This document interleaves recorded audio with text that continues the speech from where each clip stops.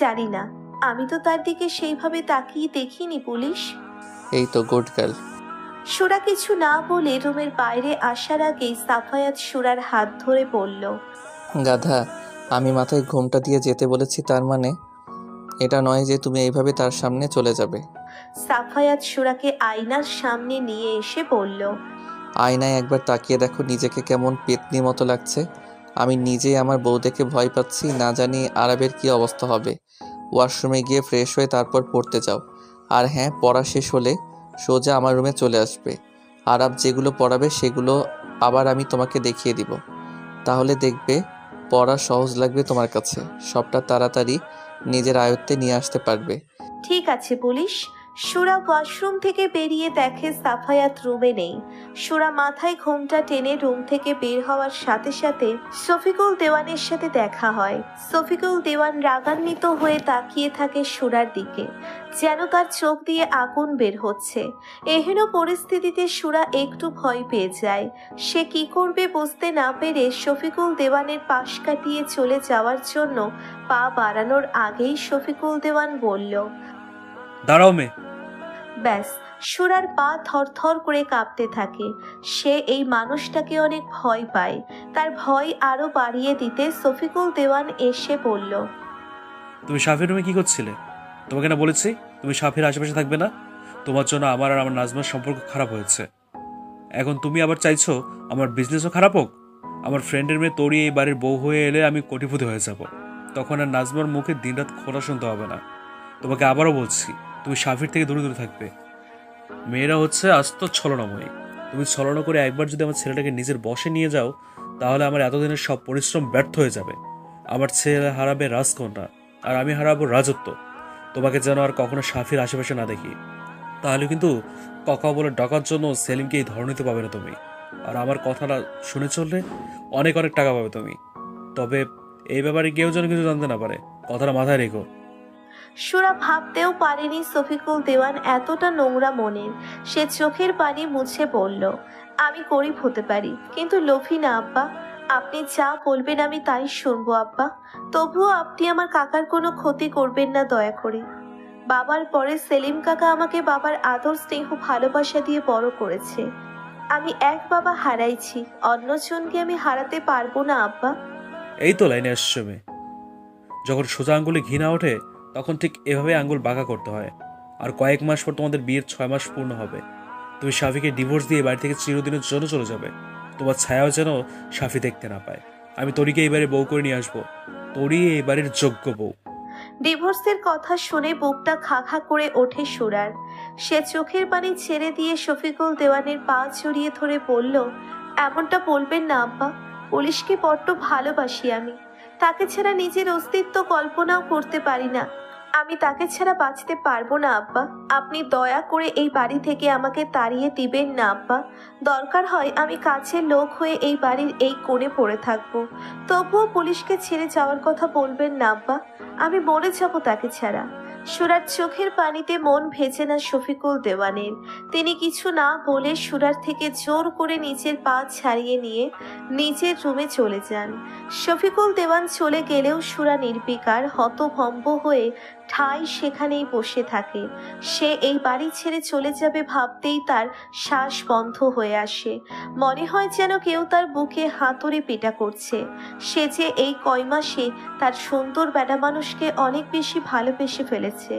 ভালোবাসার মানে বুঝতে শিখেছে। তার বাবার সাথে এই মানুষটার অনেক মিল পেয়েছে সুরা। তার বাবা যেভাবে সুরার চুলে তেল দিয়ে বেনি করে দিত, তার ভেজা চুলগুলো মুছে দিত, এই মানুষটাও ঠিক সেইভাবে সুরার খেয়াল রেখেছে, সুরাকে আগলে রেখেছে। মানুষটার শাসন বারণ, সুরার প্রতি তার কেয়ারিং সবটা সুরার মন কেড়েছে। তার কাছাকাছি গেলে নিমেষেই সুরার মধ্যে থাকা সব অশান্তি দূর হয়ে গিয়ে সুখের আলোড়ন সৃষ্টি হয়। মনের মধ্যে নিষিদ্ধ সব চাওয়ারা উকি দেয়।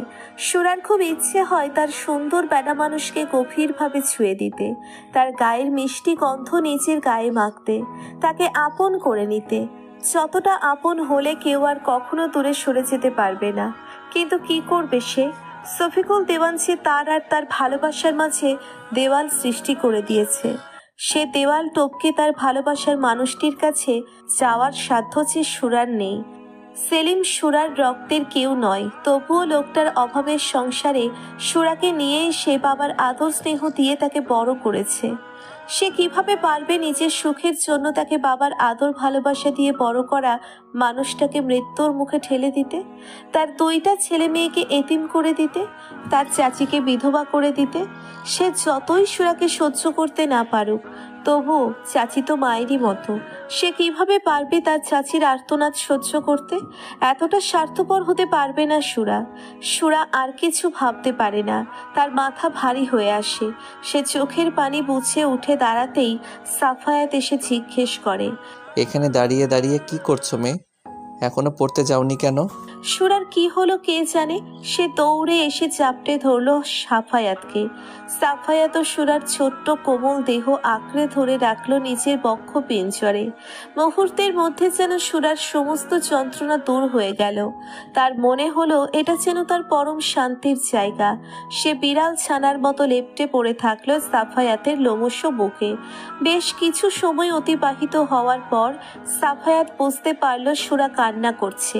সে সুরাকে নিজের রুমে নিয়ে গিয়ে সুরার মুখ দুহাতে আজলা করে ধরে বলল, কি হয়েছে আমার পাখিটার? কান্না করছো কেন? কেউ কি কিছু বলেছে নাকি পড়া পারোনি দেখে মন খারাপ হয়েছে? দেখো, তুমি যদি আরবের কাছে না পড়তে চাও, পড়ার দরকার নেই। আমি নিজেই সময় বের করে তোমাকে পড়াবো। না হয় কোনো ভালো মহিলার টিচার এনে দিব তোমার জন্য। তবু কান্না করো না পাখি। তোমার চোখের পানি দেখে তোমার পুলিশের কষ্ট হচ্ছে তো বলো না কি হয়েছে? সুরা কোনো উত্তর দিল না, বরং আরো জোরে সাফায়াতকে আঁকড়ে ধরল, যেন ছেড়ে দিলেই সাফায়াত তার থেকে দূরে চলে যাবে। আরে বাবা, বলবে তো কি হয়েছে? আব্বা সুরা বলতে গিয়েও মুখে হাত দিয়ে থেমে গেল। সে এক মুহূর্তের জন্য ভুলে গিয়েছিল শফিকুল দেওয়ান আর তার মধ্যে যে কথা হয়েছে সেগুলো শফিকুল দেওয়ান কাউকে বলতে বারণ করেছে। তাহলে যে তিনি সুরার কাকার ক্ষতি করে দিবেন। বলো বাবা, কি বলেছে বাবা? কিছু না, ওই হঠাৎ আমার নিজের আব্বার কথা খুব মনে পড়ছে পুলিশ। আমার আব্বা কেন আমাকে ছেড়ে চলে গেল পুলিশ? সাফায়াত সুরার পিঠে হাত বুলিয়ে দিয়ে বলল, মন খারাপ করে না পাখি। মানুষ চিরদিন এই পৃথিবীতে থাকার জন্য আসে না। একদিন না একদিন তাকে দুনিয়ার মায়া ত্যাগ করে ছেড়ে চলে যেতে হয়। তোমার বাবার এই পৃথিবীতে আয়ু ফুরিয়ে এসেছিল, তাই তিনি চলে গিয়েছেন। এসব ভেবে মন খারাপ করো না। তোমাকে যে তাড়াতাড়ি পড়াশোনা শিখতে হবে। তুমি কয়েক মাস আগে বলেছিলে না, আমি যত তাড়াতাড়ি পড়াশোনা শিখতে পারবো আপনি আমাকে তত তাড়াতাড়ি ভালোবাসবেন, তাই না পুলিশ? দেখো, তোমার পড়াশোনা শেখার আগেই তুমি একটু একটু করে পুলিশের মন চুরি করে নিয়েছো। তোমার প্রতি বাজে এক অনুভূতির সৃষ্টি করেছো। এই যে এখন আমার তোমাকে দেখলেই মনের মধ্যে ভয়ঙ্কর চাওয়ার সৃষ্টি হয়। তোমাকে আদর দিতে ভালোবাসতে ইচ্ছে হয়। আমার রঙে তোমাকে রাঙিয়ে দিতে মন চায়। তোমার মাঝে হারিয়ে যাওয়ার স্বাদ জাগে। নিজের হাত পা শিরশির করে নিজেকে উস্কে দেয় তোমার কাছে যাওয়ার জন্য। এখন এর দায়ভার কে নেবে বলো তো? পারবে তো আমার উত্তাপ সহ্য করতে? সাফায়াতের কথায় সুরা ঠিক লজ্জাবতী পাতার ন্যায় নুইয়ে পড়ে। যা দেখে সাফায়াত সুরাকে নিজের বক্ষ পিঞ্জর থেকে তুলে কপালে আলতো চুমু দিয়ে বলল, আমার লজ্জাবতী ললিতা, এখন যত পারো লজ্জা পেয়ে নাও। পরে কিন্তু আমি তোমাকে লজ্জা পাওয়ার মতো কোনো সময় দিব না। সুরা প্রত্যুত্তরে কিছু না বলে সাফায়াতের রুম থেকে বেরিয়ে নিচে চলে আসে। আরাব তখন নুসাইফাকে হিসাব বিজ্ঞানের ম্যাথ বুঝিয়ে দিচ্ছিল, কিন্তু নুসাইফার কানে কোনো কথা যাচ্ছে না। সে কলম কামড়ে ধরে এক ধ্যানে আরাবের দিকে তাকিয়ে থাকে। নুসাইফার নজর এলোমেলো হয়। সে মনে মনে বলল, আপনি এত সুন্দর কেন আরাব ভাই? আপনি যখন ভার্সিটিতে যান নিশ্চয়ই মেয়েরা আপনাকে দেখে পাগল হয়ে যায়। আমি নিজেই তো বারবার আপনার এই রূপে মাতোয়ারা হয়ে যাই। মন পিঞ্জিরা উথাল পাথাল হয়ে যায়। নিজেকে কন্ট্রোল করা যে বড্ড দায় হয়ে যায়। এটা আপনি কবে বুঝবেন আরাব ভাই? কবে আমার মনের না বলা কথাগুলো পড়ে নিতে পারবেন আরাব ভাই? আরাব হঠাৎ লক্ষ্য করলো নুসাইফা প্রখর দৃষ্টিতে তার দিকে তাকিয়ে রয়েছে। আরাব গলা খাকারি দিয়ে বলল, তোর দৃষ্টি খাতার দিকে না থেকে আমার দিকে কেন নজু? আপনাকে দেখছিলাম আরাব ভাই। আরাব কিছু বলতে যাবে তার আগেই সে লক্ষ্য করলো সুরা মাথায় হাত ঘোমটা টেনে দাঁড়িয়ে রয়েছে। তার মধ্যে আগের কোনো সাজগোজ নেই, চোখ দুটো কেমন ফোলা ফোলা লাগছে, নাকের পাটা লাল হয়ে আছে, যেমনটা অনেকক্ষণ যাবৎ কান্না করলে হয়। ব্যাপারটা বেশ সন্দেহজনক মনে হলো আরাবের কাছে। সে মনে মনে বলল, সুরা কি তাহলে কান্না করছে? হঠাৎ কি হলো সুরার? সাফায়াত ভাইয়া বাসা আসা পর্যন্ত তো সব কিছু ঠিকঠাক ছিল, তাহলে হঠাৎ কি হলো সুরার সাথে? নাজমা আন্টি তো বলছিল সুরা তার বোনের মেয়ে, অর্থাৎ সাফায়াত ভাইয়ার কাজিন। কিন্তু সাফায়াত ভাইয়া সুরাকে এমনভাবে ডেকে নিয়ে গেল যেন সে তার বিয়ে করা বউ। তাছাড়া কাজিনের সাথে সাফায়াত ভাইয়া এতক্ষণ কি কথা বলল, সেটাও আবার বন্ধ রুমে। আমার বাচ্চা চাই পুলিশ, অনেক অনেক বাচ্চা, ঘর ভর্তি শুধু বাচ্চা আর বাচ্চা থাকবে। তারা ছোট্ট ছোট্ট পায়ে সারা বাড়ি হেঁটে বেড়াবে, সারাক্ষণ বাড়িটা মাতিয়ে রাখবে, আধো আধো বলিতে আমাকে মা আর আপনাকে বাবা বলে ডাকবে। একবার ভাবুন কত মজা হবে তখন। সাফায়াত তৎক্ষণাৎ সুরার কোমর জড়িয়ে ধরে সুরার কপালে নিজের কপাল ঠেকিয়ে বলল, তুমি ক্যারি করতে পারলে আমি একাই ফুটবল টিম, ক্রিকেট টিমের জন্ম দিয়ে রেকর্ড করতে পারি। কিন্তু কথা হচ্ছে তোমার যে শুটকি মাছের শরীর, তাতে একটা বাচ্চা ক্যারি করতে গেলেই তুমি চোখের পানি নাকের পানি এক করে নিবা। তাই এখন এসব বাচ্চা কাচ্চার কথা মাথা থেকে ঝেড়ে ফেলে দিয়ে মন দিয়ে পড়াশোনা করো। পুষ্টিকর খাবার খেয়ে একটু মোটা তাজা হও, শরীরে রক্তের সঞ্চার করো। তারপর বাচ্চা নিয়ে ভাবা যাবে নিজে একটা বাচ্চাও সে এসেছে অন্য বাচ্চার মা হতে। শুধু কি যাদের স্বাস্থ্য ভালো তাদেরই বাচ্চা হয়, তারাই মা ডাক শুনতে পায়? যাদের স্বাস্থ্য ভালো না তাদের কি মা ডাক শোনার কোনো অধিকার নেই পুলিশ? একটা প্রাণের মধ্যে আরও একটা প্রাণ ক্যারি করা সহজ কথা নয় পাখি। 10 মাস 10 দিন তোমাকে কষ্ট সহ্য করতে হবে, প্রসব যন্ত্রণা সহ্য করতে হবে। তুমি বাচ্চা একটা মেয়ে, আমি কোনো রিস্ক নিতে পারবো না। আগে বড় হও, তারপর যে কয়টা খুশি বাচ্চার জন্ম দিও। আমি কোনো কথা শুনতে চাই না পুলিশ, আমার বাচ্চা চাই মানে বাচ্চা চাই। জেদ করো না মেয়ে। বাই দ্য ওয়ে, হঠাৎ এই বাচ্চার ভূত তোমার মাথায় এলো কেন? মা বলেছে বাচ্চা ছাড়া সংসার পরিপূর্ণ হয় না। বাচ্চা হলে আপনি আমাকে আরো বেশি ভালোবাসবেন, তখন আর কেউ আমাদের আলাদা করতে পারবে না। মানে কি, এখন আমি তোমাকে ভালোবাসি না? হ্যাঁ বাসেন, তবে অল্প একটু। এতটুকুতে আমার পোষায় না পুলিশ। তাছাড়া দাদা দাদি নাতি নাতনিদের অনেক ভালোবাসে। আব্বা তো আমাকে দু চোখে সহ্য করতে পারে না। আব্বা বলেছে কোনো এক ডানাকাটা পরীর সাথে নাকি আপনার বিয়ে দিবে। আশ্চর্য, বাবা বিয়ে দিতে চাইলেই কি আমি বিয়ে করব? বেডা মানুষ বলে বিশ্বাস নেই। এরা আর কোনো হাদিস জানুক বা না জানুক, ইসলামে 4 বিয়ে করার হাদিস ঠিকই জানে। কিন্তু এই সুরা সেটা হতে দিবে না। আমি তো সিনেমায় দেখেছি নায়ক নায়িকা পালিয়ে বিয়ে করে, কিন্তু তাদের বাবা মা মেনে নেয় না। পরে যখন তারা বাচ্চা কাচ্চা নিয়ে বাবা মায়ের সামনে হাজির হয়, তখন নাতি নাতনির মুখের দিকে তাকিয়ে ছেলে মেয়েদেরকে মেনে নেয়। তাই আপনার সাথে ওই ডানাকাটা পরীর বিয়ে হওয়ার আগেই যদি আমাদের ঘর আলো করে বাচ্চা কাচ্চা চলে আসে, তাহলে আব্বা নাতি নাতনির টানে আমাকে মেনে নিবে। আমার আপনাকে হারাতে হবে না। আপনাকে পাওয়ার জন্য এটুকু কষ্ট আমি সহ্য করতে পারবো পুলিশ। বলেই সুরা আরো গভীরভাবে সাফায়াতকে আঁকড়ে ধরল, তার বুকে অজস্র চুমুতে ভরিয়ে দিতে লাগলো। সাফায়াত সুরার আহ্বানে সাড়া দিল। সে সুরাকে কোলে তুলে বিছানায় শুইয়ে দিল। সে সুরার দিকে তাকিয়ে দেখল তার চোখ আজ অন্য কিছু বলছে, তাকে অসভ্য বেহায়া হতে উস্কে দিচ্ছে। সাফায়াত আস্তে আস্তে এগিয়ে গেল সুরার দিকে। তাদের মধ্যে আর 1 ইঞ্চি সমান দূরত্ব রয়েছে। সাফায়াতের গরম নিঃশ্বাস সুরার চোখে মুখে আছড়ে পড়ছে।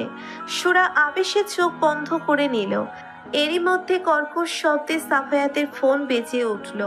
সাফায়াত বিরক্তি নিয়ে ফোন রিসিভ করার সাথে সাথেই অপর প্রান্ত থেকে যা শুনলেন তাতে সে এসির মধ্যেও ঘামতে লাগলো।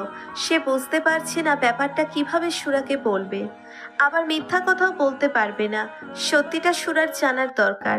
সুরা সাফায়াতের এমন অবস্থা দেখে জিজ্ঞেস করলো, কি হয়েছে পুলিশ?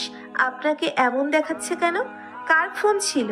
আর সে কি এমন বললো যাতে আপনার মুখের আদল বদলে গেল? সাফায়াত সুরাকে বুকের সাথে চেপে ধরে কপালে চুমু দিয়ে বলল, তোমার সেলিম কাকা বাকিটা বলতে পারলো না সাফায়াত, তার স্বর কাঁপছে। সেলিম কাকা এত রাতে কেন ফোন দিল পুলিশ? সে ঠিক আছে তো? তোমার সেলিম কাকা আর এই দুনিয়াতে নেই সুরা, তাকে কেউ নৃশংসভাবে হত্যা করেছে। কথাটা শোনা মাত্রই সুরার মাথা ঘুরতে শুরু করলো। নিঃশ্বাস ভারী হয়ে এলো তার, দর্শেন্দ্রিয় থেকে আপনা আপনি পানি গড়িয়ে পড়ল।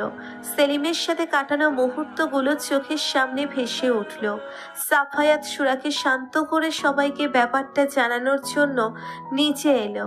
সুরা হঠাৎ লক্ষ্য করলো দরজায় শফিকুল দেওয়ান দাঁড়িয়ে রয়েছে। সুরা গুটি গুটি পায়ে তার দিকে এগিয়ে এলো। তার চোখ দিয়ে যেন আগুন বের হচ্ছে। তিনি সুরার দিকে তেড়ে এসে বলল, তোকে বলেছিলাম আমার ছেলের থেকে দূরে থাকবি, কিন্তু তুই আমার কথা কানে তুলি না। আমার আর আমার কোটিপতি হওয়ার মাঝে তুই বাধা হয়ে দাঁড়িয়েছিস। এমনকি আমার ছেলেটাকে বশ করে তার মনটা তোর করে নিয়েছিস। এখন সাফি তোকে ভালোবাসে, তোকে স্ত্রী হিসেবে স্বীকার করে নিয়েছে। সাফি এখন কিছুতেই তোকে ডিভোর্স দেবে না, যা করার তোকে করতে হবে। এখনো সময় আছে, সাফির জীবন থেকে চিরতরে হারিয়ে যা, নাহলে কিন্তু তোর চাচি চাচাতো ভাই বোন তাদের সাথেও সেই একই অবস্থা হবে যেটা তোর সেলিম কাকার সাথে হয়েছে। তার মানে আমার কাকাকে আপনি মেরেছেন? হ্যাঁ হ্যাঁ, আমি মেরেছি তোর কাকাকে। নিজের স্বার্থের জন্য এত নিচে নামতে পারলেন আপনি? অমানুষের মতো দুটো বাচ্চাকে এতিম বানিয়ে দিলেন আব্বা। পৃথিবীতে টাকাই কি সব? হ্যাঁ, আমি অমানুষ। আমার স্বার্থের জন্য আমি সব করতে পারি। আমার টাকা চাই, অনেক অনেক টাকা। আর আমার টাকা পাওয়ার একমাত্র মাধ্যম হচ্ছে তোরই। তোর এই বাড়ির বউ হয়ে এলে আমার সেই চাওয়া পূরণ হবে। আমি টাকার বিছানায় ঘুমোতে পারবো। আমি আর আপনাকে সেই সুযোগ দিব না আব্বা। আমি এক্ষুনি পুলিশকে সব সত্যিটা বলে দিব। আপনার এই ভালো মানুষের মুখও সবার সামনে টেনে খুলে দিব।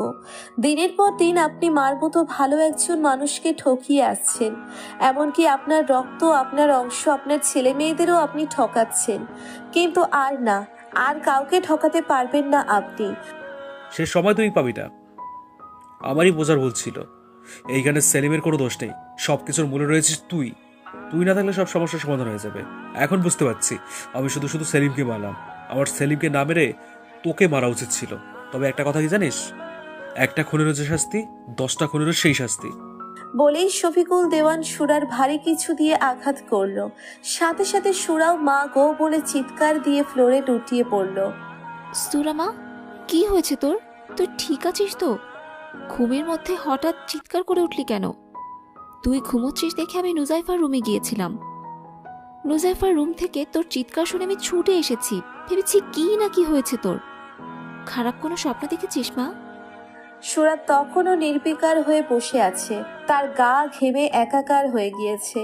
এখনো শরীর থর থর করে কাঁপছে। নাজমা দেওয়ান সুরার এই অবস্থা দেখে সুরাকে পানি খাইয়ে দিয়ে নিজের বুকের সাথে মিশিয়ে নিয়ে মাথায় হাত বুলিয়ে দিয়ে বললেন, মাকে বলবি না কি হয়েছে? বাবা মাকে স্বপ্ন দেখিয়েছিস? সুরা নিচের দিকে তাকিয়ে মনে মনে বলল, আমি তো ঠিকই আছি, আমার তো কিছু হয়নি। ও, তার মানে এটা আমার স্বপ্ন ছিল। এক মুহূর্তের জন্য মনে হচ্ছিল হয়তো সবটা সত্যি সত্যি হয়েছে। আব্বা সেলিম কাকাকে মেরে দিয়েছে। যদিও এটা স্বপ্ন, কিন্তু আব্বা তো আমাকে বলেছেন সুন্দর বেড়া মানুষের থেকে দূরে থাকতে। এমনও তো হতে পারে আমি তার কাছাকাছি গেলাম আর আব্বা সত্যি সেলিম কাকাকে মেরে দিল। না, আমি নিজের সুখের জন্য এমন কিছুই করব না। কিছু সময়ের জন্য ভেবেছিলাম হয়তো আমার হারানো সুখ আবারও ফিরে এসেছে, কিন্তু না, সুখ নামক সোনার হরিণের দেখা যে আমি কোনো দিনও পাবো না। আমি যে বামন হয়ে চাঁদে হাত বাড়িয়ে দিয়েছিলাম, জানি সুন্দর বেডা মানুষ কখনো আমার হবে না, কিন্তু আমি দূর থেকে তাকে সারা জীবন ভালোবেসে যাব। যে মন আমি তার নামে লিখে দিয়েছি সেটা আর কখনো কাউকে দিতে পারবো না। সে আমার হোক বা না হোক, আমি সারা জীবন তার হয়ে থাকবো। আব্বা মানুষটা বেশি সুবিধার না। সে নিজের ছেলের সুখের জন্য তরির সাথে তার বিয়ে দিতে চাইছেন না, চাইছেন তার স্বার্থের জন্য। তার স্বার্থের জন্য নিজের ছেলের ক্ষতি করতেও তার হাত কাঁপবে না। আমি তার ভালোর জন্য এই বাড়ি থেকে চলে যাব ঠিকই, তবে তাকে কখনো তালাক দিব না। সে আমার কাছে সবসময় আমার সুন্দর বেডা মানুষ হয়েই থাকবে। সুরার থেকে রেসপন্স না পেয়ে নাজমা দেওয়ান আবারও বলল, কি রে, এত ভাবছিস কি? সুরা ভাবলো শফিকুল দেওয়ানের কথা তাকে বলে দিবে, কিন্তু পর মুহূর্তে ব্যাপারটা এড়িয়ে গিয়ে বলল, তেমন কিছু না মা, আপনি চিন্তা করবেন না, আমি ঠিক আছি মা। তোর চোখ মুখ স্পষ্ট বলে দিচ্ছে তুই আমাকে মিথ্যা বলছিস, আমার থেকে কিছু লুকিয়ে যাচ্ছিস। সাফি বাড়িতে আসার পর থেকে আমি লক্ষ্য করছি তুই কেমন চুপচাপ হয়ে গিয়েছিস। চোখে মুখে ভয়ের ছাপ লক্ষ্য করা যাচ্ছে। আরব যাওয়ার পর তুই রাতের খাবার না খেয়ে এসে ঘুমিয়ে পড়েছিস। সাফি এটুকু সময়ের মধ্যে 2বার এসেছে তোকে নিয়ে যাওয়ার জন্য, কিন্তু তুই ঘুমিয়েছিস দেখে সাফি তোকে আর ডাকেনি। এখন ছোট করে উঠে পড়, ফ্রেশ হয়ে সাফির রুমে যা। সাফি বোধহয় এখনো না খেয়ে তোর জন্য বসে আছে।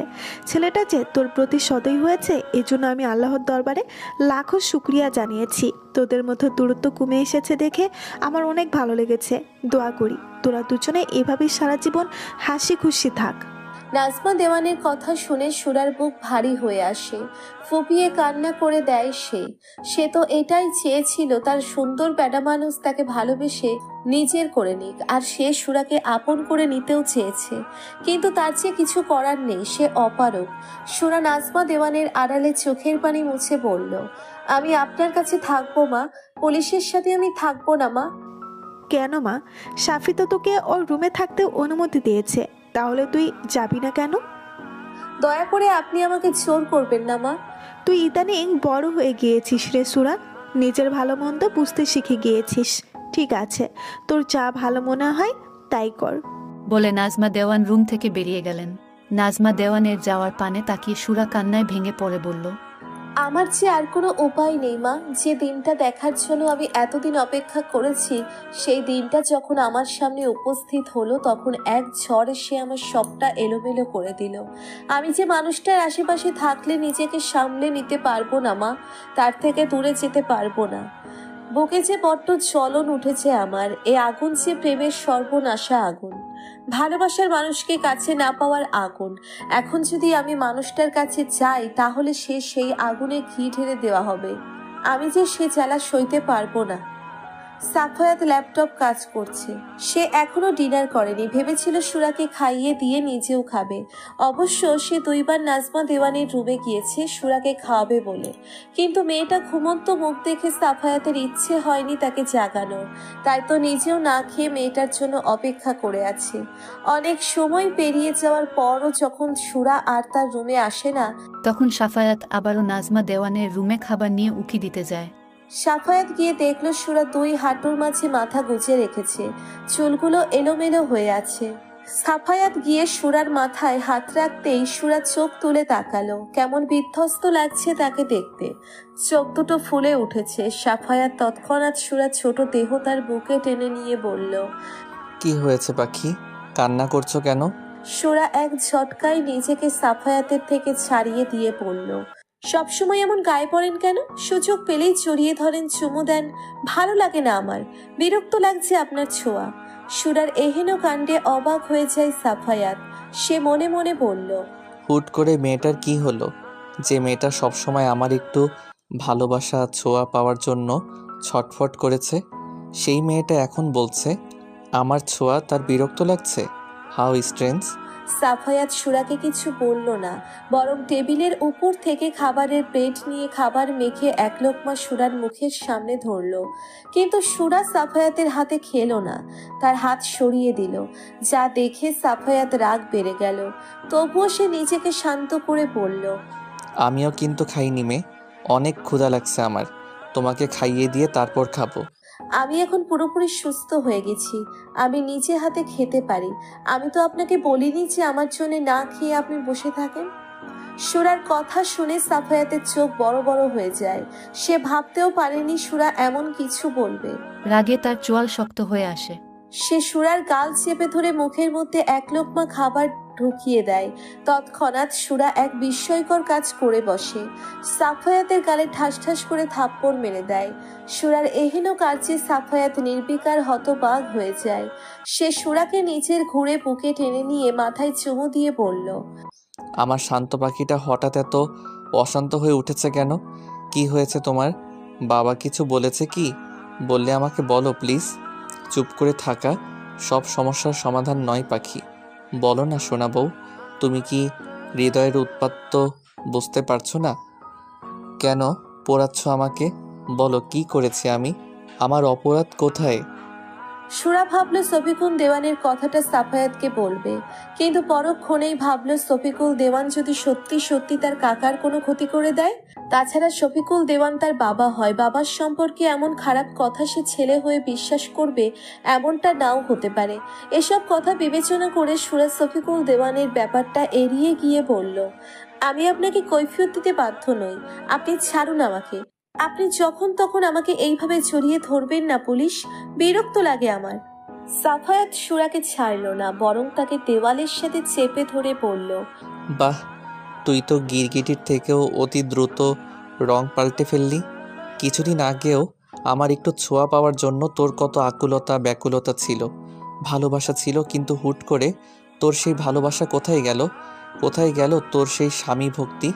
ও, বুঝতে পারছি, আরাবকে দেখার পর তোর সেই ভালোবাসা ফানুস হয়ে উড়ে গিয়েছে, তাই না? কি আছে ওই আরাবের মধ্যে যা আমার মধ্যে নেই?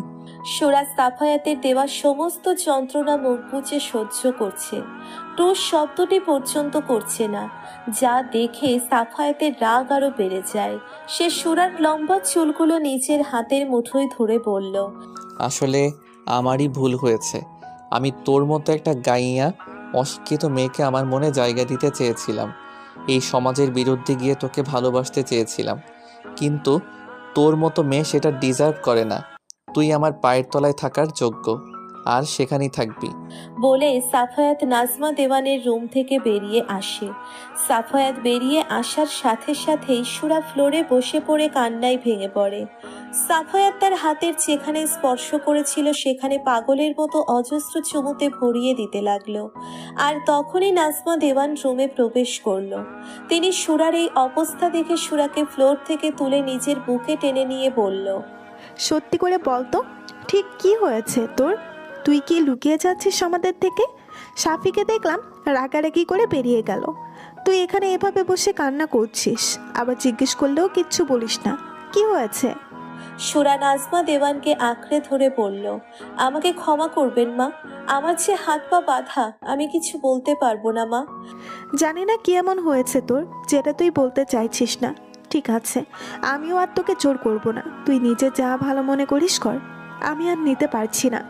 বলে নাজমা দেওয়ান চুপচাপ বিছানায় গিয়ে শুয়ে পড়ল। সুরাও চুপি চুপি নাজমা দেওয়ানের পাশে গিয়ে শুয়ে চোখের পানি ফেলতে ফেলতে এক পর্যায়ে ঘুমের রাজ্যে পাড়ি জমালো। কিন্তু ঘুম নেই সাফায়াতের চোখে। সে বুঝতে পারছে না হুট করে সহজ সরল একটা মেয়ে এমন বিহেভ করছে কেন, কেন তাকে ইগনোর করছে। রাগের বশে মেয়েটাকে কঠিন কথা শুনিয়ে কিছুতেই নিজের মনকে শান্ত করতে পারছে না সাফায়াত। সাফায়াত বিছানার এপাশ ওপাশ করতে করতে বলল, shit man, you are killing me. কেটে গেছে বেশ কিছুদিন। সাফায়াত সুরার সম্পর্ক দিন দিন অবনতি হয়েছে। সুরাজ সব সময় সাফায়াতকে যথাসম্ভব এড়িয়ে চলার চেষ্টা করে। তাকে দেখলে নিজেকে ঘোমটার আড়ালে লুকিয়ে নেয়। সাফায়াত নিজে কয়েকবার গিয়েছে সুরার কাছে সেদিনের করা বাজে ব্যবহারের জন্যে ক্ষমা চাইতে, কিন্তু সুরা বরাবরই সাফায়াতকে এড়িয়ে চলেছে, যাতে সাফায়াত ভীষণভাবে হার্ট হয়েছে। সাফায়াত ভাবছে সুরার হয়তো কম বয়স, তাইও তার মতো আধবুড়ো পুলিশের সাথে থাকতে চাইছে না। সুরার মনে আরাপ বিরাজ করছে। সেই ধারণার উপর ভিত্তি করে সাফায়াত ও সুরার সাথে দূরত্ব বাড়িয়ে নিয়েছে ঠিকই, তবুও মেয়েটা এখনো তার মনের দখলদার। এখনো তার কথা ভেবে নির্ঘুমে রাত কাটে তার। আর যাই হোক, জোর করে কারো মনের মালিক হওয়া যায় না, তাই তো সুরাকে সুরার মতো চলতে দিয়েছে। সুরার মধ্যেও যথেষ্ট পরিবর্তন এসেছে। পড়াশোনা বেশ আয়ত্তে চলে এসেছে তার। এখন আর তার মধ্যে আগের সেই বাচ্চামো স্বভাব নেই। কথাবার্তায়ও পরিবর্তন এসেছে। মোট কথা, অশিক্ষিত সুরা অনেকটা স্মার্ট হয়ে উঠেছে। সুরা আরাবের কাছে পড়তে বসছে। আরাব প্রথম প্রথম সুরা সাফায়াতের ব্যাপার নিয়ে মাথা ঘামালেও সুরা সাফায়াতের মধ্যে দূরত্ব সৃষ্টি হওয়ার কারণে তাদের ব্যাপারে সেরকম কিছু জানতে পারেনি। সে বুঝে উঠতে পারেনি তারা স্বামী স্ত্রী। তাই তো সুরার প্রতি তার সফট কর্নার তৈরি হয়েছে। সুরাকে সে ফিল করতে পারে। সুরা ম্যাথ করছে আর আরাব এক ধ্যানে তার দিকে তাকিয়ে রয়েছে। তার ধ্যান ভেঙে যায় কলিং বেলের শব্দে। সুরা বুঝতে পারে সাফায়াত এসেছে। মুখটা ধূপ করে ওঠে তার। সুরার ভালো লাগে না রোজ রোজ তার প্রিয় মানুষের মলিন হয়ে যাওয়া মুখটা দেখতে। তার খুব ইচ্ছে হয় প্রিয় মানুষটাকে জড়িয়ে ধরে তার বুকে মাথা রাখতে, কিন্তু সবার তো আর সব চাওয়া পূর্ণ হয় না, তেমনি সুরারও হয়নি। এদিকে কলিং বেল বেজে চলছে, কিন্তু রেনুর দরজা খোলার কোনো নামগন্ধ নেই দেখে সুরা মনে মনে বলল, এই রেনুটা 1 নম্বরের ফাঁকিবাজ মহিলা, সারাক্ষণ সিরিয়াল নিয়ে পড়ে থাকে, অথচ মাজেদা খালা কাজের প্রতি কত যত্নশীল ছিল, কত ভালোবাসতো আমাকে। তিনি নাকি 10 বছর এই বাড়িতে কাজ করেছেন, কিন্তু হুট করে মাজেদা খালা কেন যে এই বাড়ি ছেড়ে চলে গেল, এই ব্যাপারটা আজও অজানাই রয়ে গেল। সুরা ভাবছে সে নিচে যাবে দরজা খুলতে, আর তখনই দেখে শফিকুল দেওয়ান সোফায় এসে বসেছেন। যা দেখে সুরা আর পা বাড়ায় না। প্রায় 5 মিনিট পরে রেনু দৌড়ে গিয়ে দরজা খুলে দেয়। সাফায়াত রুমে প্রবেশ করতেই দেখে সুরা আরাবের সাথে হাসাহাসি করছে, যা দেখে বুকে চিনচিনে ব্যথা অনুভব করে সাফায়াত। তার হৃদয় ক্ষত বিক্ষত হয়ে যায়, মনে হয় যেন কেউ কোনো ধারালো অস্ত্র দিয়ে আঘাত করেছে। সে এক প্রকার জেদ করে শফিকুল দেওয়ানকে বলল, বাবা, আপনি তরিকে আমাদের বাড়িতে নিয়ে আসুন। আমি তরিকে বিয়ে করতে রাজি আছি। যত তাড়াতাড়ি সম্ভব আপনি আমাদের বিয়ের ব্যবস্থা করুন। কথাটা সুরার বুকে একদম তীরের মতো আটকে গেল। সে তো তার সুন্দর বেটা মানুষকে অনেক বেশি ভালোবাসে, তাকে ছেড়ে সে বাঁচবে কিভাবে? তার না হয় হাত পা বেঁধে দেওয়া হয়েছে, কিন্তু পুলিশ কিভাবে পারল দ্বিতীয় বিয়ে করার সিদ্ধান্ত নিতে? সুরা আর ভাবতে পারল না কিছু। ভেতর থেকে কান্না দলা পাকিয়ে আসতে লাগলো। সুরা তড়িঘড়ি করে পড়া শেষ করে নাজমা দেওয়ানের রুমে গিয়ে কান্নায় ভেঙে পড়ল। এক পর্যায়ে সুরা চোখের পানি মুছে গুটি গুটি পায়ে সাফায়াতের রুমে এলো। সাফায়াত তখন সবে শাওয়ার নিয়ে বেরিয়েছে, গায়ে পানি মুক্ত দানার মতো চকচক করছে। সুরা 1 পা 2 পা করে সাফায়াতের দিকে এগিয়ে গেল। সে সাফায়াতের দিকে হাত বাড়িয়ে দেওয়ার আগেই সাফায়াত খপ করে সুরার হাত ধরে বলল, ডোন্ট টাচ মি। আমাকে টাচ করার অধিকার তুমি হারিয়েছো। সাফায়াতের কথায় সুরার মধ্যে কোনো ভাবান্তর হলো না, বরং সুরা সাফায়াতের আরো কাছে এসে তার গালে চুমু দিয়ে বলল, আইনত এখনো আমি আপনার স্ত্রী, তাই শুধুমাত্র আপনাকে টাচ করার না, আরো অনেক কিছু করার অধিকার আমার আছে, এবং আমি সেটা করব। Is that clear my dear সুন্দর বেটা মানুষ? বলেই সাফায়াতকে চোখ টিপ মেরে দিল সুরা। সুরার এহেন কাণ্ডে হকচকিয়ে গেল সাফায়াত। সে সুরার কোমর জড়িয়ে ধরে তাকে নিজের কাছে টেনে নিয়ে এক হাত দিয়ে মুখে স্লাইড করতে করতে বলল, শুধুমাত্র আমার বিয়ে শুনে এত জ্বলছে তোমার, তাহলে আমার বিয়ের পর তোমার কি অবস্থা হবে মিসেস সুরা দেওয়ান? ভেবো না আমি তোমাকে ডিভোর্স দিব বা এই বাড়ি থেকে তাড়িয়ে দিব। তুমি এই বাড়িতেই থাকবে, আমার আর তরির সুখের সংসার দেখবে আর জ্বলবে।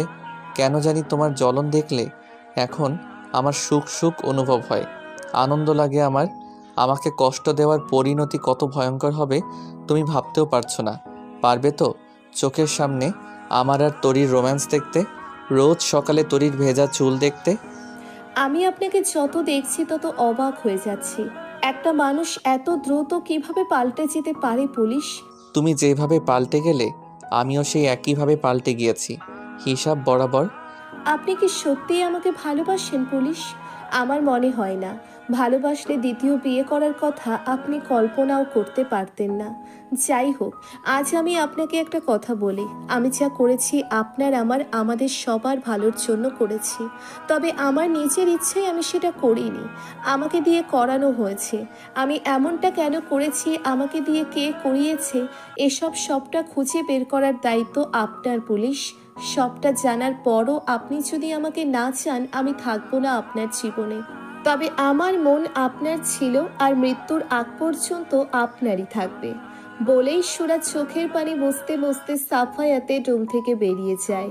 সুরার চাওয়ার পানে তাকিয়ে সাফায়াত বলল, তুমি ভাবলে কি করে লজ্জাবতী ললিতা আমি তোমাকে ছেড়ে অন্য কাউকে আমার মনের মালকিন করব? এসব করা তোমাকে জ্বালানোর জন্য। তুমি যাতে স্বেচ্ছায় সুরসুর করে সবটা আমাকে বলে দিয়ে সব মান অভিমান শেষ করে আমার কাছে ফিরে আসো, তারই নিনজা টেকনিক এটা। তোমাকে ছেড়ে আর কোথাও শান্তি খুঁজে পাবো না আমি। এই মন তোমারই যে পাখি, মনটা তুমি ছাড়া আর কাউকে বুঝতে চায় না। সাফায়াত হসপিটালে এসেছে মিলির সাথে দেখা করার জন্য। মিলি এখন মোটামুটি সুস্থ হয়ে গিয়েছে। 4 থেকে 5 দিনের মধ্যে হসপিটাল থেকে ডিসচার্জ করা হবে। মিলির চিকিৎসার সমস্ত খরচ সাফায়াত বহন করেছে। সাফায়াত ডক্টরের সাথে কথা বলে মিলির কেবিনে আসে। সাফায়াতকে দেখা মাত্র মিলি উঠে বসার চেষ্টা করে দেখে সাফায়াত এগিয়ে গিয়ে মিলিকে উঠে বসতে সাহায্য করে। সাফায়াতকে দেখে মিলির চোখ থেকে আপনা আপনি পানি গড়িয়ে পড়ে, যা দেখে সাফায়াত বলল, এটা দুঃখের কান্না নয় বাবা, এটা যে সুখের কান্না। জানি না তুমি কোন মায়ের সন্তান, তবে তোমার মা অনেক ভাগ্যবতী। সে তোমার মতো একটা সন্তান তার গর্ভে ধারণ করেছে। তোমার মা নিশ্চয়ই অনেক ভালো মানুষ। মায়েরা কখনো খারাপ হয় না আন্টি, পৃথিবীর সব মায়েরা ভালো। সব মায়েরা ভালো হলেও আমি ভালো মা হতে পারিনি। আমি পৃথিবীর সবচেয়ে নিকৃষ্ট মা, নিকৃষ্ট স্ত্রী। যে মা স্বেচ্ছায় তার থেকে নিজের মেয়েকে অনেক দূরে সরিয়ে দেয়, তার থেকে মায়ের ভালোবাসা আদর কেড়ে নেয়, সে কখনো ভালো মা হতে পারে না। বলে কান্নায় ভেঙে পড়ল মিলি। আপনি প্লিজ শান্ত হন আন্টি, আপনি এখনো পুরোপুরি সুস্থ হননি। কোনো কারণে উত্তেজিত হয়ে পড়া আপনার স্বাস্থ্যের জন্য ক্ষতিকর। আমি কথা দিচ্ছি আমি আপনার মেয়েকে খুঁজে বের করে আপনার কাছে নিয়ে আসব। তুমি সত্যি বলছো বাবা? হ্যাঁ আন্টি। মিলি সাফায়াতের মাথায় হাত বুলিয়ে দিয়ে বলল, জীবনে অনেক সুখী হও বাবা, সুখে শান্তিতে তোমার সংসার পরিপূর্ণ হয়ে উঠুক। সাফায়াত কিছু বলতে যাবে তার আগেই তার ফোন বেজে ওঠে। সাফায়াত প্যান্টের পকেট থেকে ফোন বের করে দেখে স্ক্রিনে বাবা নামটা জ্বলজ্বল করছে। শফিকুল দেওয়ানের কল দেখে সাফায়াত একটু অবাক হয়ে যায়। তিনি সচরাচর সাফায়াতকে কল করেন না। সাফায়াতের ভাবনার মাঝে একবার কল কেটে যায়। তিনি পুনরায় কল করেন। সাফায়াত এবার আর দেরি করে না, কল রিসিভ করে তাকে সালাম দিয়ে জিজ্ঞেস করে, বাসায় সব ঠিক আছে তো বাবা? কারো কোনো সমস্যা হয়নি তো? Don't take a tension, everything is okay. আমি তো ভয় পেয়ে গিয়েছিলাম, আপনি তো আমাকে তেমন কল করেন না। হুট করে আপনার কল দেখে ভাবলাম হয়তো বাসায় কারো কোনো বিপদ হয়েছে। সবাই ঠিক আছে, কিন্তু বেটা তুমি কোথায় এখন? আমি একটু হসপিটালে এসেছি বাবা। হসপিটালে কেন? আপনাকে সবটা পরে আমি বুঝিয়ে বলবো বাবা। ইটস ওকে, তোমাকে এক্ষুনি একটু বাসায় আসতে হবে। কেন বাবা? বাসায় এলে দেখতে পারবে, ইটস এ বিগ সারপ্রাইজ। ঠিক আছে বাবা, আসছি আমি। আচ্ছা রাখছি তাহলে, তাড়াতাড়ি চলে এসো বাসায়। শফিকুল দেওয়ানের সাথে কথা বলে সাফায়াত মিলির থেকে বিদায় নিয়ে সোজা বাসায় চলে আসে। বাসায় এসে কলিং বেল দিতেই শর্ট ড্রেস পরা একটি মেয়ে দরজা খুলে দেয়, যেন সে কলিং বেল বাজার অপেক্ষায় বসেছিল।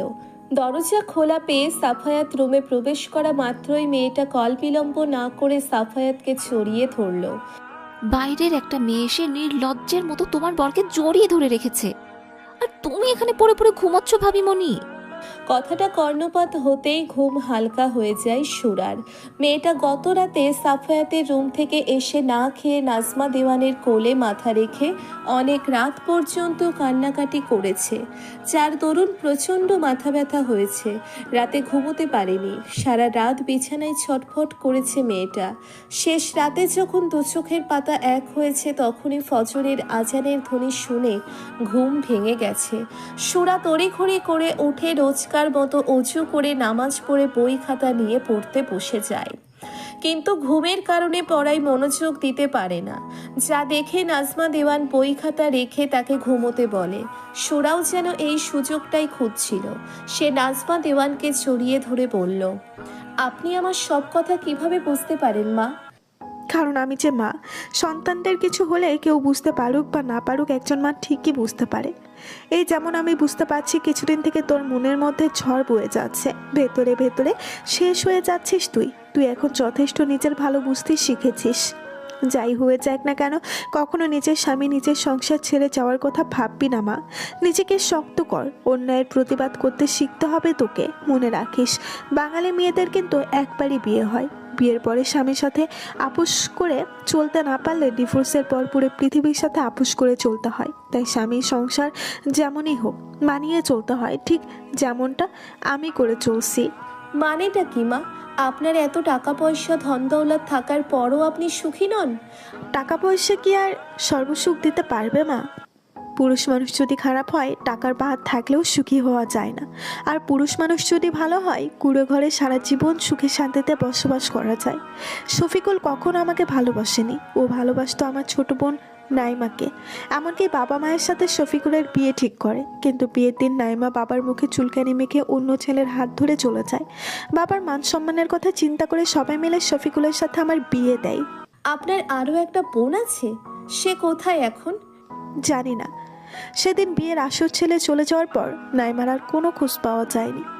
জানিও না সে এখন কোথায় কিভাবে আছে, তবে শফিকুলের মনে প্রাণে এখনও নাইমা রয়ে গেছে। যাই হোক, অনেক কথা বলে ফেলেছি। সারা রাত ঘুমাসনি তুই, এখন একটু ঘুমা, দেখবি ভালো লাগবে। ঠিক আছে মা, তবে আমাকে নাস্তা করার জন্য ডাকার দরকার নেই। আমার ঘুম ভাঙলে আমি উঠে খেয়ে নিব। ঠিক আছে, ডাকবো না।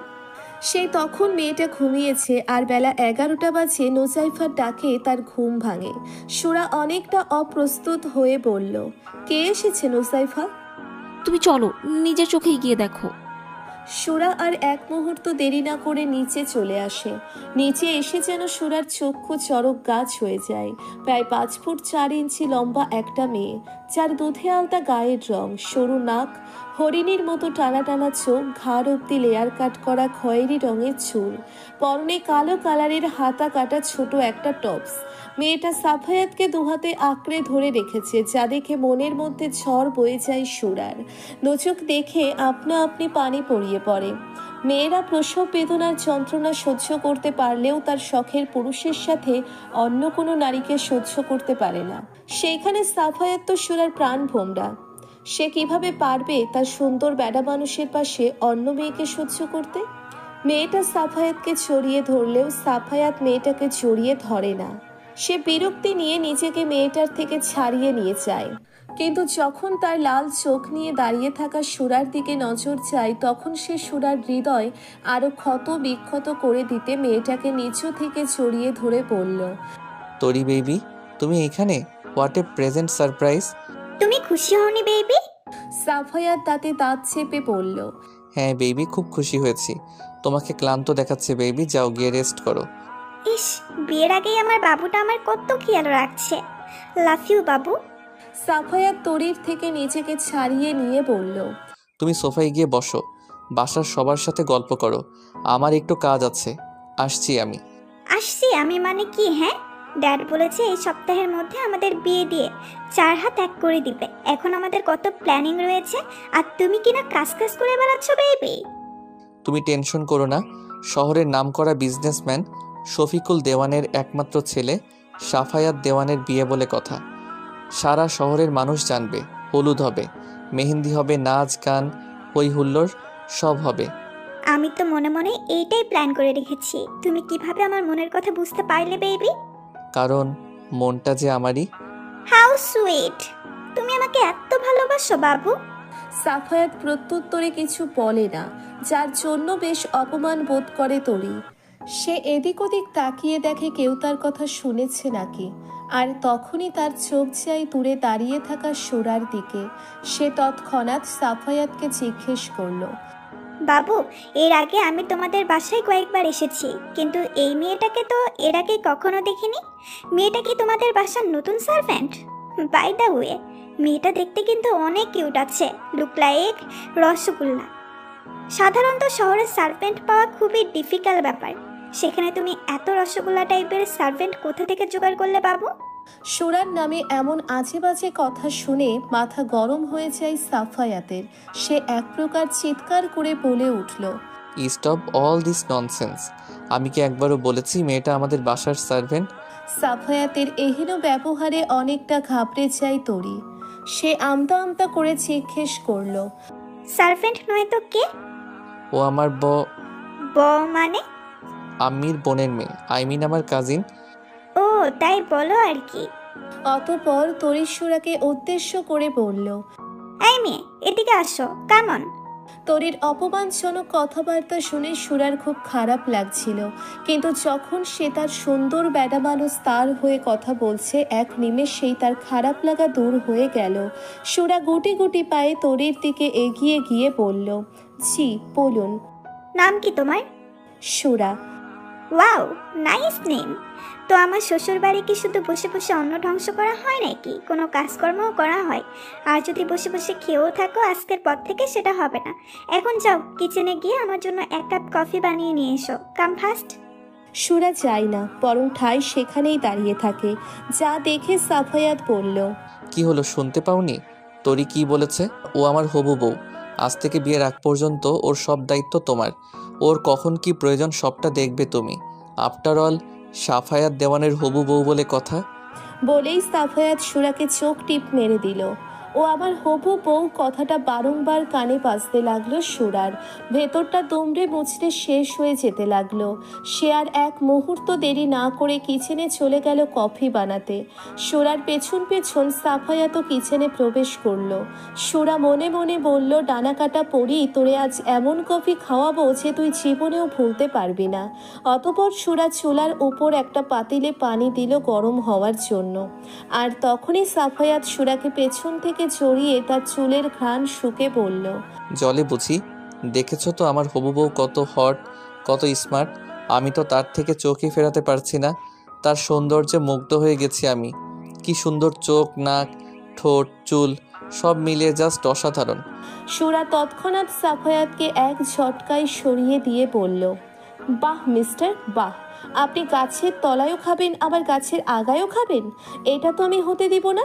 ওই ডানা কাটা পরীর সৌন্দর্যে আপনি মুগ্ধ হয়েছেন ভালো কথা, তো যান না তার কাছে। কেন আমার পিছু নিয়েছেন? সাফায়াত সুরার হাত চেপে ধরে বলল, তুমি কি সত্যি আমাকে কখনো ভালোবাসোনি সুরা? সবটা তোমার অভিনয় ছিল? তুমি শুধু একবার আমাকে সব সত্যিটা বলো। তুমি আমাকে যেই ক্লু দিয়েছো আমি সেই ক্লু খুঁজে চলেছি, কিন্তু এই ক্লু খুঁজতে যে বড্ড সময় লেগে যাবে। আমার কি মনে হয় জানো, এইসব মিথ্যা। তোমার মনে এখন আরাব বসবাস করছে, তাই তো আমার কাছে নিজেকে নির্দোষ প্রমাণ করার জন্যে তুমি এই মিথ্যা নাটক সাজিয়েছো, শুধুমাত্র আমার থেকে দূরে চলে যাওয়ার জন্য। প্লিজ শোনাবো, একবার আমার চোখের দিকে তাকিয়ে বলো যে সুন্দর বেড়া মানুষ, আমি আপনাকে ভালোবাসি। আপনি প্লিজ বিয়েটা করবেন না। আমি যা করেছি সবটা মিথ্যা ছিল। আরবের সাথে আমার কোনো সম্পর্ক নেই। সবটা আপনাকে জেলাস ফিল করানোর জন্য ছিল। বলো না সুরা, তুমি শুধু তোমার সুন্দর বেড়া মানুষকেই ভালোবাসো, আর কাউকে না। বলো না, তুমি যা বলেছ সব মিথ্যা ছিল। আমি কোনো মিথ্যা বলছি না পুলিশ, আমাকে সত্যিই বাধ্য করা হয়েছে। আর এই সব কিছুর পিছনে রয়েছে। আর বাকিটা বলতে পারে না সুরা। তার আগেই শফিকুল দেওয়ান এসে বলল, হাই মে, তোমার কাকা ফোন করেছে, তোমার সাথে কথা বলতে চাই। সুরা শফিকুল দেওয়ানের থেকে ফোন নিয়ে সালাম দিয়ে বলল, আপনি কেমন আছেন কাকা? এতদিন পরে আমার কথা মনে পড়লো আপনার? ভালো নেই রে মা। আজকে বাজার থেকে ফেরার সময় হুট করে কোথা থেকে একটা মোটরসাইকেল এসে আমাকে ধাক্কা দিয়ে নিচে ফেলে দেয়, যার কারণে অনেকটা আঘাত লেগেছে রে মা। তবে এখন মোটামুটি সুস্থ আছি। তো শ্বশুর অনেক ভালো রে মা। আমার অ্যাক্সিডেন্টের কথা শুনে আমাকে 10,000 টাকা দিয়েছে ওষুধ খাওয়ার জন্য। সুরা মনে মনে বললেও, আপনি বড্ড ভালো মানুষ কাকা, তাই তো সবাইকে নিজের মতো মনে করেন। ভালো মানুষের আড়ালে থাকা অমানুষকে আপনি চিনতে পারেননি। আপনি যাকে ভালো বলছেন সেই ভালো মানুষটাই নিজের স্বার্থের জন্য আপনার অ্যাক্সিডেন্ট করিয়েছে, আবার সবার কাছে ভালো সাজার জন্য আপনাকে টাকাও দিয়েছে। তার এই অসুস্থতার জন্য সুরা নিজে দায়ী ভাবতেই সুরা কান্না করে দিল। ফোনের অপর প্রান্ত থেকে সেলিম সুরার নাক টানার আওয়াজ পেয়ে বলল, তুই কান্না করছিস কেন মা?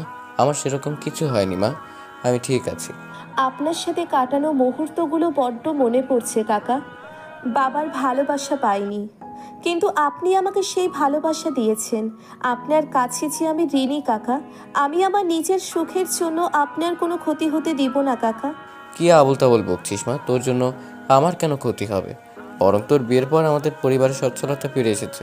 তোর শাশুড়ি আমাকে চাকরির ব্যবস্থা করে দিয়েছে, এখন আর আমাদের না খেয়ে দিন কাটাতে হয় না।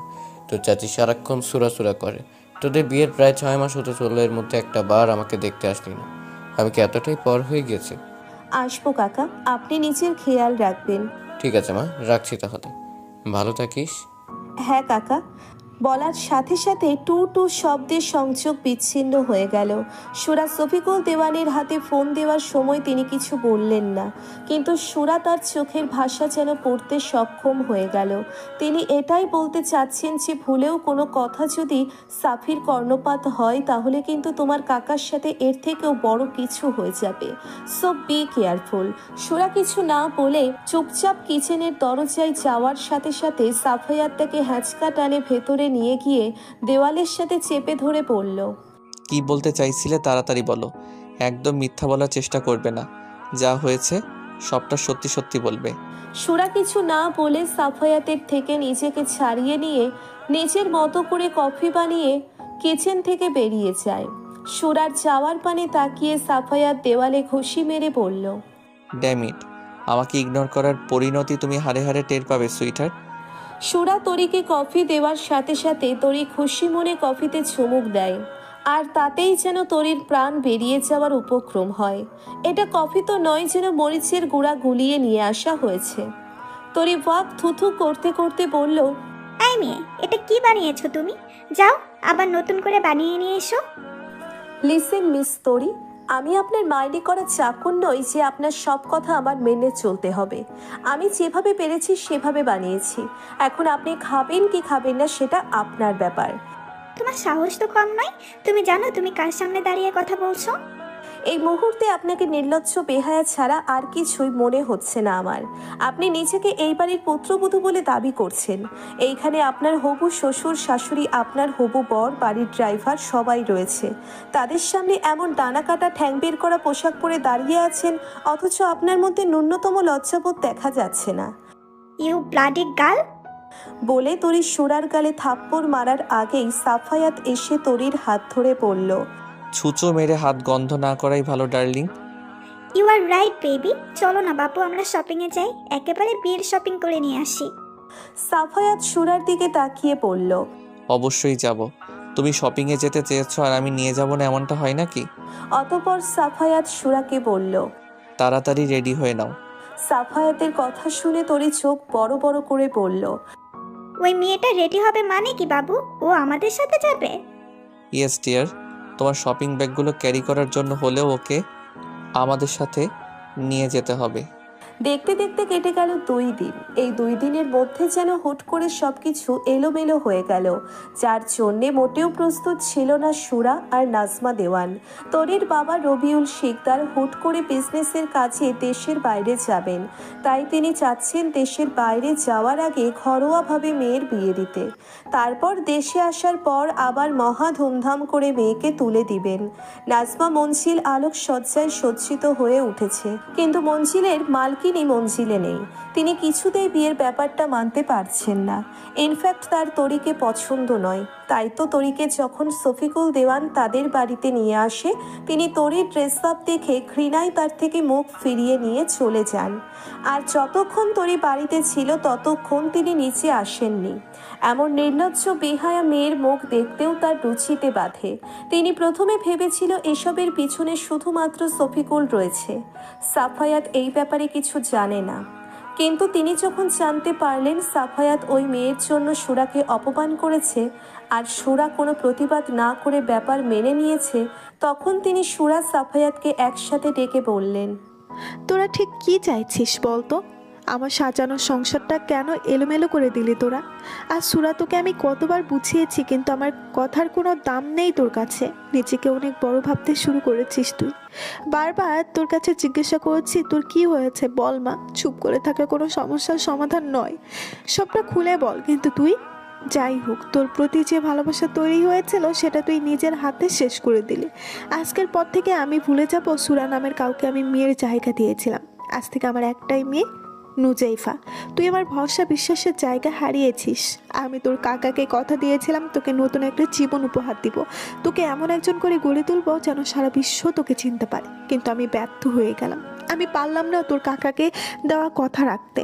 প্রত্যুত্তরে সুরা কিছু বলল না, শুধু চোখের পানি ফেলতে লাগলো। যা দেখে সাফায়াত বলল, যে থাকতে না চায় তাকে জোর করে রাখার কোনো মানে হয় না আম্মি। আমি তার সবটা জেনে তাকে ভালোবেসেছি, আমার মন তার নামে লিখে দিয়েছি। কিন্তু সে আমাকে চায়নি, তাই আমি বাবার কথাই মেনে নিয়েছি। এতদিন তোর বাপ চালিয়ে মারছে আমাকে, আর এখন তোরা দুজনে শুরু করেছিস? ঠিক আছে, তোদের যা ভালো মনে হয় কর। বলে তিনি রাগে দুঃখে ক্ষোভে নাজমা মঞ্জিল ছেড়ে গ্রামে নিজের বাপের বাড়ি চলে আসেন। অবশ্য শফিকুল সাফায়াত গ্রামে এসেছিল তাকে ফিরিয়ে নিয়ে যেতে, কিন্তু তার এক কথা, তরির সাথে সাফায়াতের বিয়ে হলে তিনি আর কখনো নাজমা মঞ্জিলে ফিরবেন না। বিয়ের তোড়জোড় শুরু হয়ে গিয়েছে, যদিও বিয়েটা একদম ঘরোয়াভাবে হবে, তবুও তরির শপিং চলছে পুরো দমে। শপিংয়ে সুরাকেও সাথে নেওয়া হয়েছে। সাফায়াত সুরাকে দেখিয়ে দেখিয়ে তরির সাথে হাসাহাসি করছে, যা দেখে সুরার কোমল হৃদয় ক্ষতবিক্ষত হয়ে যাচ্ছে, কিন্তু সাফাজাতের সেদিকে কোনো খেয়াল নেই। সে তরির সাথে শপিংয়ে ব্যস্ত। সুরা কি করবে বুঝতে না পেরে শপিং মলটা ঘুরে ঘুরে দেখছিল, আর তখনই একটা লাল জামদানি শাড়ি দেখে তার চোখ আটকে যায়। সুরা শাড়িটার দাম জিজ্ঞেস করলে দোকানদার জানায় শাড়িটার দাম 4,000 টাকা, অথচ সুরার কাছে 1 টাকাও নেই। ভাবতেই সুরা মন খারাপ করে শাড়ির দোকান থেকে বেরিয়ে আসে, যা নজর এড়িয়ে যায় না সাফায়াতের। সে দোকানদারকে শাড়িটা প্যাক করে দিতে বলে। শুধু তাই নয়, লাল শাড়ির সাথে ম্যাচিং করে লাল চুড়ি, লাল টিপও কিনতে ভুলে যায় না সাফায়াত। শপিংয়ের এক পর্যায়ে তরি বলল, বাবু চলো না, আমরা কিছু খাই, খুব ক্ষুধা লাগছে আমার। চলো। বলে সাফায়াত তাদেরকে নিয়ে নামকরা একটা রেস্টুরেন্টে আসে। সুরা তখনও নিশ্চুপ, তবে সাফায়াত সুরার ব্যথিত চেহারা দেখে বেশ বুঝতে পারে মেয়েটা ভেতরে ভেতরে জ্বলছে খুব। তার জ্বলন বাড়িয়ে দিতে সাফায়াত তরিকে খাইয়ে দেয়, আর তরি সাফায়াতকে, যা দেখে সুরা খাবার ফেলে বাইরে চলে আসে। সুরার যাওয়ার পানে তাকিয়ে হো হো করে হেসে ওঠে সাফায়াত তরি দুজনেই। এক পর্যায়ে তরি হাসি থামিয়ে বলল, অনেক হয়েছে ভাই, মেয়েটাকে আর জ্বালাস না। দেখ না বাচ্চা মেয়েটার কি হাল হয়েছে, মুখখানে শুকিয়ে এতটুকু হয়ে গিয়েছে। আমারই কেমন মায়া লাগছে, ইচ্ছে করছে জড়িয়ে ধরে অনেক আদর করে দিই। তোর এমন ইচ্ছে করছে না? ইচ্ছে তো অনেক কিছু করার জাগে, মেয়েটা কম জ্বালাইনি আমাকে।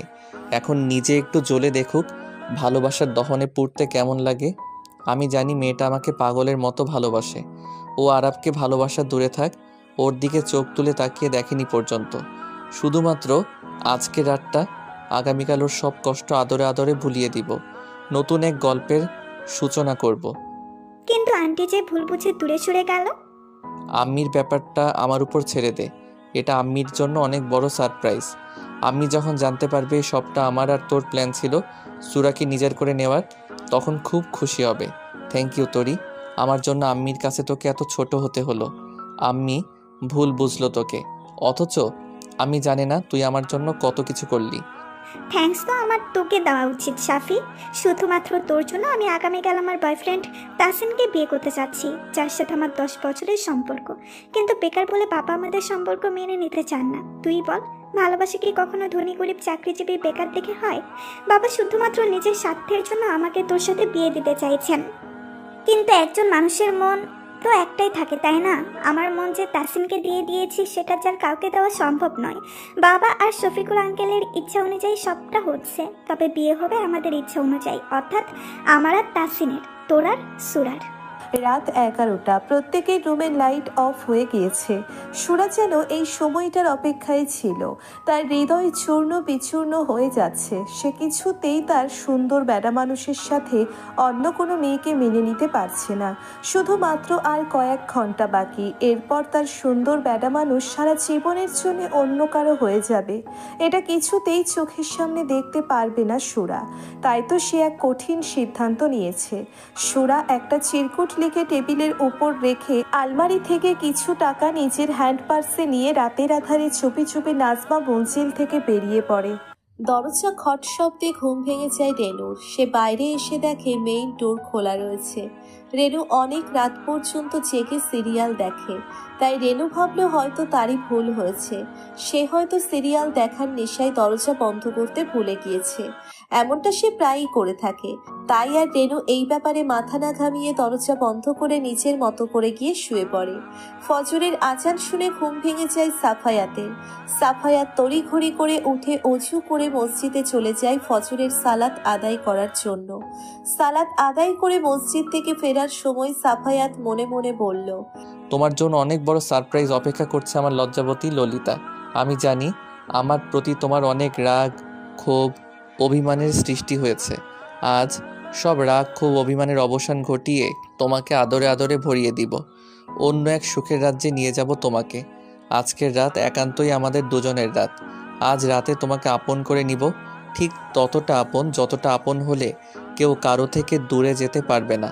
তোমাকে আমার রন্ধ্রে রন্ধ্রে মিশিয়ে নিব ললিতা। আজ আবার তুমি নতুন করে বউ সাজবে, আর আমি সাজবো বর। সাফায়াত খুশি মনে বাড়িতে ফিরে কিচেনে উকি দেয়, কিন্তু সুরাকে পায় না। রেনু চা করছে দেখে সাফায়াত বলল, তুই চা করছিস কেন? তোর বৌমণি কোথায়? ও কি এখনো ঘুম থেকে ওঠেনি? আমি কইবার পারুম না ভাইজান, ভাবি তো হকগুলের আগে উঠে সব কাম একা হাতে করে, আমারে তো কিচ্ছুটি করবার দেয় না। কিন্তু আজ তো তার কোনো খোঁজ খবর নেই। আমি ভাবছি হয়তো ভাবির গতর খারাপ করছে, তাই আর তারে বিরক্ত করিনি। ঠিক আছে, তুই কাজ কর, আমি গিয়ে দেখছি মহারানীর কি হয়েছে। বাবা গো, তার যে রাগ! আমাকে সামনে পেলে কাঁচা চিবিয়ে না খেয়ে ফেলে আবার। আপনি পুলিশ হয়েও বউরে ডরান ভাইজান, ভাবা যায়? সাফায়াত প্রতি উত্তরে কিছু না বলে নাজমা দেওয়ানের রুমে এসে দরজা ধাক্কা দিতেই দরজা খুলে যায়, যার কারণে সাফায়াত একটু অবাক হয়ে যায়। সে মনে মনে বলল, আশ্চর্য, দরজা খোলা রয়েছে অথচ সুরা নিচে যায়নি কেন? সাফায়াত তৎক্ষণাৎ রুমের ভেতরে প্রবেশ করলো, কিন্তু ভেতরে গিয়ে সুরাকে না পেয়ে আর এক দফা চমকে ওঠে। সাফায়াত ওয়াশরুমে, ব্যালকনি, সব জায়গায় দেখে, বাট কোথাও সুরাকে পায়নি। সাফায়াত হতাশ হয়ে রুম থেকে বেরিয়ে আসতে যাবে, তখনই টেবিলের উপর রাখা চিরকুটের দিকে তার নজর যায়। সাফায়াত কাল বিলম্ব না করে চিরকুট পড়তে শুরু করে। চিরকুটে লেখা ছিল, আমি জানি যখন আপনি আমার এই লেখাটা হাতে পাবেন তখন আমি কোথায় থাকবো আমি নিজেও জানি না, কারণ আমার যে নির্দিষ্ট কোনো থাকার জায়গা নেই। বাবা মাকে হারানোর পর ছোটবেলা থেকে চাচির সংসারে নির্যাতিত হয়ে বড় হয়েছি। এরপর আপনাদের সংসারে গিয়ে মায়ের বোনের ভালোবাসা পেয়েছি, কিছু সময়ের জন্য বরের ভালোবাসাও পেয়েছি। জানেন সুন্দর বেটা মানুষ, আপনি যখন আমার আশেপাশে থাকতেন, আমাকে ছুঁয়ে দিতেন, তখন নিজেকে পৃথিবীর সবচেয়ে সুখী ব্যক্তি মনে হতো। কিন্তু আমি যে অনেক লোভী, অতটুকু সুখী আমার পোষায়নি। আমি আরো সুখের নাগাল পেতে চেয়েছিলাম, কিন্তু সেই মুহূর্তে একটা দমকা হাওয়া এসে আমার জীবনটা পাল্টে দিল, আমার থেকে আমার সবটুকু সুখ কেড়ে নিল। আপনি হয়তো ভেবেছিলেন আরাব ভাইকে আমি পছন্দ করি, কিন্তু আপনি বিশ্বাস করেন পুলিশ, আমি আরাব ভাইকে পছন্দ করা তো দূরের কথা, তার চেহারার দিকেও তাকিয়ে দেখিনি সে দেখতে কেমন। কারণ আমার মনটা যে সবসময় আমার সুন্দর বেটা মানুষের কাছে পড়ে থাকতো। আমার মনটা যে আপনারই, আপনার মন আপনার অনুমতি ছাড়া অন্য কাউকে দেওয়ার কোনো অধিকার যে আমার নেই। বড্ড ভালোবাসি আপনাকে, আর মৃত্যুর আগ পর্যন্ত আপনাকেই ভালোবেসে যাব। আমার ভালোবাসার গভীরতা অনেক বেশি ছিল পুলিশ। আমি আপনার পাশে কাজের মেয়ে রেনুকেও সহ্য করতে পারতাম না, সেইখানে তরি আপুকে কিভাবে সহ্য করতাম বলুন? আপনি চিরদিনের জন্য অন্য কারো হবেন, এটা আমি সহ্য করতে পারতাম না পুলিশ। আমি হয়তো হার্ট অ্যাটাক করে মারা যেতাম, তাই তো আমি আপনার থেকে দূরে চলে এলাম। আমি না হয় আপনাকে দূর থেকে আপনাকে ভালোবেসে যাব। ভালো থাকবেন পুলিশ, নিজের শরীরের যত্ন নেবেন, মা, নুসাইফা, আব্বা সবার খেয়াল রাখবেন। আপনারা ভালো থাকলেই যে আমি ভালো থাকবো। চিরকুটটা পরে সাফায়াত ড্রেসিং টেবিলে ঘুষি মেরে দেয়, যার ফলস্বরূপ ড্রেসিং টেবিল ভেঙে গড়িয়ে যায়। মুহূর্তের মধ্যে সাফায়াতের হাত থেকে গল গল করে তাজা রক্ত বেরিয়ে আসে, কিন্তু সেদিকে কোনো খেয়াল নেই সাফায়াতের। সাফায়াত চিৎকার করে বলল, এটা তুই কি করলি সুরা? তোকে সারপ্রাইজ দিতে গিয়ে দেখি তুই নিজেই আমার জন্য সারপ্রাইজ রেখেছিস। তোর সুন্দর বেটা মানুষকে এই চিনতে পেরেছিস তুই? আমার উপর একটু বিশ্বাস ছিল না তোর? কিভাবে পারলি আমাকে ছেড়ে চলে যাওয়ার মতো দুঃসাহস দেখাতে? কিভাবে পারলি? বলেই পাগলের মতো আচরণ করতে থাকে সাফায়াত। সাফায়াতের চিৎকার শুনে সবাই দৌড়ে রুমে এসে সাফায়াতের এই অবস্থা দেখে ভয় পেয়ে যায়। শফিকুল দেওয়ানের সাহস হয় না সাফায়াতের কাছে যাওয়ার, কারণ সে খুব ভালো করে জানে সুরা শুধুমাত্র তার জন্যে এই বাড়ি ছাড়তে বাধ্য হয়েছে। শফিকুল দেওয়ান নিজের কপাল চাপড়াতে চাপড়াতে বলল, আরে আমও গেল আর সাথে বস্তাও গেল। ভেবেছিলাম তোর সাথে সাহেবের বিয়ে দিয়ে আমি কোটি কোটি টাকার মালিক হব, কিন্তু এই বেয়াদব মেয়ে আবার পাকা ধারে মই দিয়ে রাতে তার বয়ফ্রেন্ড তাসিনের সাথে পালিয়ে গিয়ে তাকে বিয়ে করে নিয়েছে। এদিকে আবার গায়ে মেয়ে বোকামি করে বাড়ি ছেড়ে চলে গেল। নাজমা রাগারাগি করে গ্রামের বাড়িতে চলে গেল। আমি টাকা দিয়ে ছেলেমেয়ের অ্যাক্সিডেন্ট করালাম। নিজের স্বার্থে কখন যে এতগুলো অপরাধের সাথে জড়িত হয়ে পড়েছি নিজেও বুঝতে পারিনি। সাবি যখন জানতে পারবে সবকিছুর পিছনে আমি রয়েছি, বাবা বলে সে আমাকে ছেড়ে কথা বলবে না। আমার জেলের খনি টানতে হবে, জেলে পচে মরতে হবে আমাকে। না না, আমি কিছুতেই এটা হতে দিতে পারি না। আমাকে অন্য কোনো চাল চালতে হবে যাতে সাপও মরে আর লাঠিও না ভাঙে। শফিকুল দেওয়ান সাফায়াতকে অনেক বুঝিয়ে নোজাইফার সাথে নিচে পাঠিয়ে দিয়ে নাজমা দেওয়ানের লকার থেকে সমস্ত টাকা পয়সা গয়না খুব সাবধানে অন্যত্র সরিয়ে নিচে এসে বলল, সর্বনাশ হয়ে গেছে রে সাফি। কেন বাবা, কি হয়েছে? ওই গায়ে মেয়েটা তো পাক্কা একটা চোর রে। মেয়েটা নাজমার লকার থেকে সমস্ত টাকা পয়সা গহনা চুরি করে নিয়ে পালিয়েছে। আমি আগেই জানতাম মেয়েটা এমন কিছুটা করবে। সবাই তো মাথায় করে রাখতো মেয়েটাকে, কত ভালোবাসতো। তোদের এই ভালোবাসার প্রতিদান স্বরূপ মেয়েটা সবকিছু চুরি করে নিয়ে রাতের আধারে পালিয়ে গেল। সুরা গরিব হতে পারে বাবা, কিন্তু লোভী নয়। তার মানে তুই কি বলতে চাইছিস? আমি মিথ্যে কথা বলছি?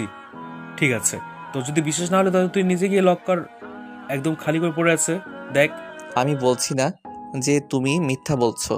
সুরা আম্মি রুমে থাকলে ও লকারের চাবি কোথায় থাকে এটা কিন্তু সুরা জানতো না। লকারের চাবির ব্যাপারে একমাত্র তুমি আর আম্মি জানো। তুই কি আমার দিকে আঙুল তুলছিস সাফি? তোর কি মনে হয় আমি লকার থেকে সমস্ত কিছু চুরি করেছি? তুই আমার ছেলে হয়ে আমাকে চোরের অপবাদ দিচ্ছিস নাকি সাফি?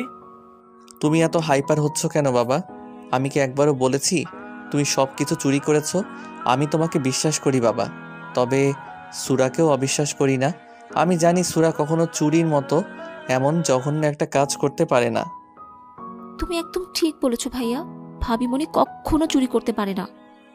নোজাইফা সাফায়াতের হাতে ল্যাপটপ দিয়ে বলল, এই দেখো তার প্রমাণ, বাড়ির বাইরে সিসিটিভি ক্যামেরার ফুটেজ। লকারে অনেক টাকা গহনা ছিল যেগুলো ক্যারি করার জন্য অনেক বড় কোনো ব্যাগের প্রয়োজন হবে, কিন্তু দেখো ভাবিমণির হাতে শুধুমাত্র একটা হ্যান্ড পার্স যার মধ্যে সামান্য কয়টা টাকা ক্যারি করা যায়। তার মানে ভাবিমণি চুরি করে পালিয়ে যায়নি। আবার লকারও ফাঁকা রয়েছে, তাহলে এতগুলো টাকা পয়সা গহনা গেলটা কোথায়? লকার হয়তো ফাঁকা রয়েছে, তবে টাকা গহনা বাড়ির বাইরে যায়নি, সব কিছু বাড়ির ভেতরেই রয়েছে। তুই হয়তো ভুলে গিয়েছিস আমি পেশায় একজন পুলিশ। চোর ধরা আমার বাহাতের খেল, কিন্তু এখন আমি চোরের পিছনে ছুটতে চাইছি না। আমার যে সুরাকে খুঁজতে হবে। মেয়েটা আমার উপর অভিমান করে আমার থেকে দূরে চলে গেল।